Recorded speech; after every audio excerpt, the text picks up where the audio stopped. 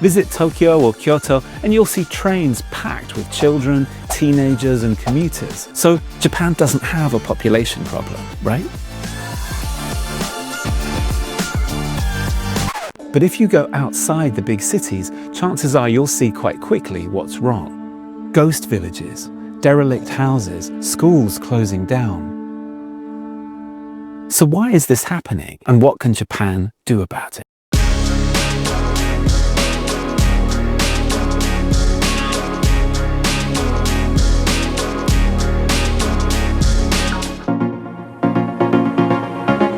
The gap between births and deaths in Japan now stands at around 900,000 every year. Some say that number will soon top 1 million. From a peak of around 128 million in 2010, Japan's population is predicted to shrink to about 80 million by 2100. A third of Japanese will soon be over the age of 65. And there just aren't enough workers to keep the economy going and to pay for pensions and healthcare. Within a decade, population decline in Japan is set to become irreversible.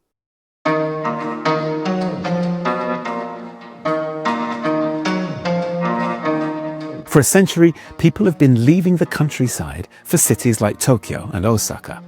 As in most countries, urbanization means lower birth rates, because of long working hours, high living costs, and less family support. Job prospects for young men are worse than they were, but expectations haven't changed. The result, many avoid marriage and children.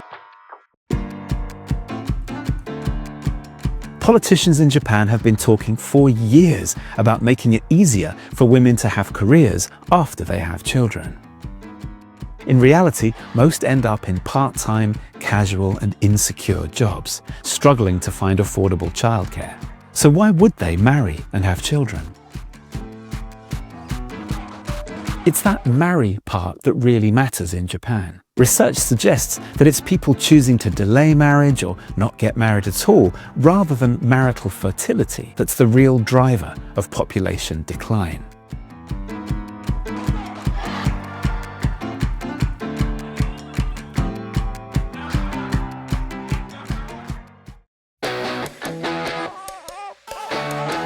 So, what can be done? Well, all sorts of things are being tried. Here are the big 5. Number 1, pay people to have children. But Japan spends less on this than countries like the UK or Australia. And anyway, for most people, it isn't enough. Number 2, more childcare facilities, including on company premises. This might help, but those facilities are noisy, and some people don't want them in their neighborhoods. Number 3, encourage older people to come back to work. Japan is good at this. Nearly half of Japanese companies now hire people over the age of 70. Number 4, robots. Lots of work is being done on this, creating cobots, robots that can work alongside human beings and also care for us when we're older. But this is actually more difficult than people used to expect. Because if you're going to be lifted in and out of bed by a powerful machine, you want to make sure it understands what gentle means. Last one, increase migration, bringing in more workers and eventually more babies. 3% of babies born in Japan are now born to non-Japanese couples. But this is a very controversial way of tackling Japan's problems. Surveys suggest that people are worried about damage to their society and their culture. I'm going to explore this in another video.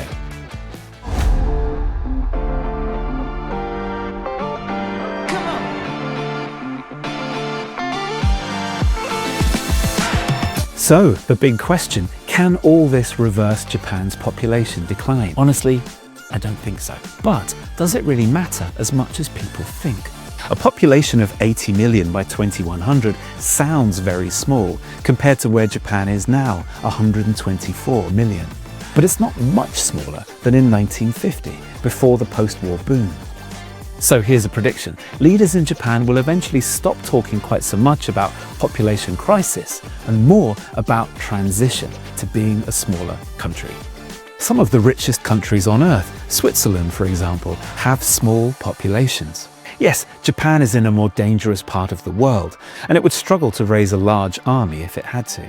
But with the automation of war and defense, Japan needs, some say, to churn out drones, not children.